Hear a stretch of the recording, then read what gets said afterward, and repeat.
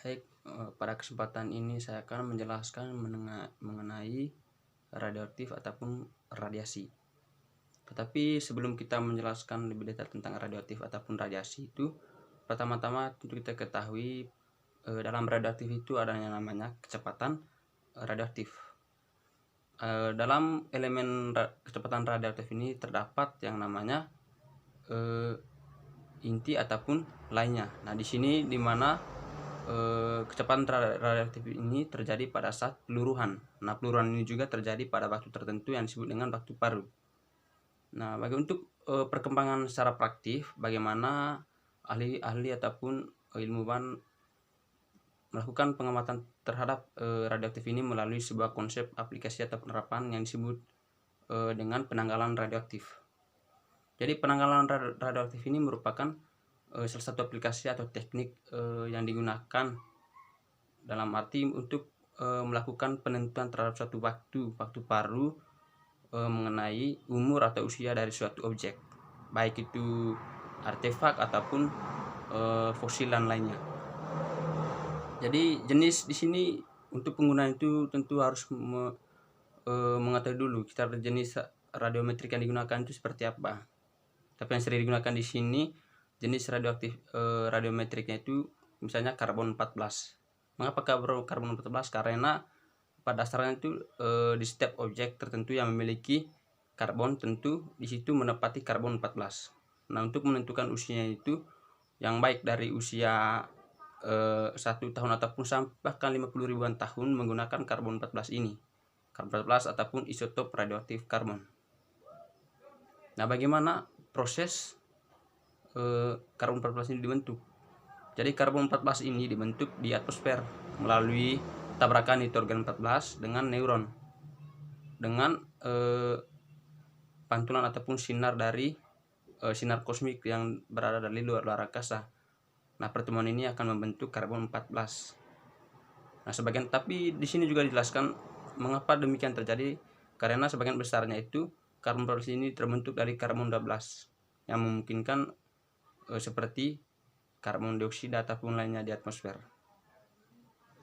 Mengapa aplikasi ini dibentuk? Supaya untuk menentukan usia dari baik itu objek-objek yang ada di sekitar seperti tumbuhan ataupun lainnya, tentu melalui konsep ini juga dapat kita ketahui umur dari tumbuhan ini sekian yang sudah menjadi fosil ataupun artefak.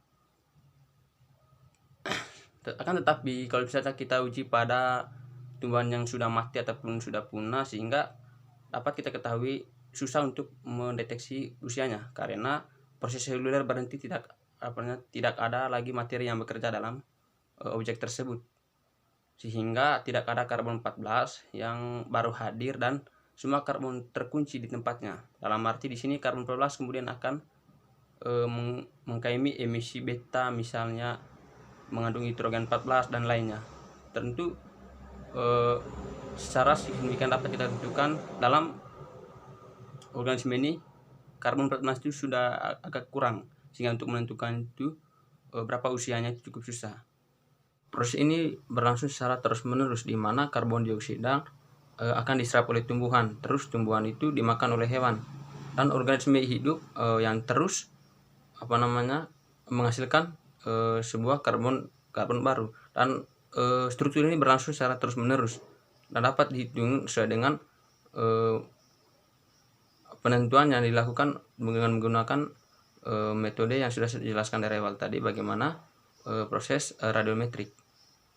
Tentu dalam proses ini juga tidak dapat ada batasannya, dalam arti di sini untuk misalnya waktu paru dari sebuah organisme yang mungkin lebih dari 50 ribuan tahun. Tapi dalam hal ini untuk 10 ataupun waktu paru yang lebih dalam teknik ini tidak akan berlaku lagi, karena untuk menentukan waktu yang lebih dari 50 ribuan tahun itu tidak cukup hanya digunakan melalui karbon 14. Nah, maka di sini juga dijelaskan bagaimana untuk menentukan hal ini dapat menggunakan unsur uranium 238. Mengapa hal ini dapat kita ketahui?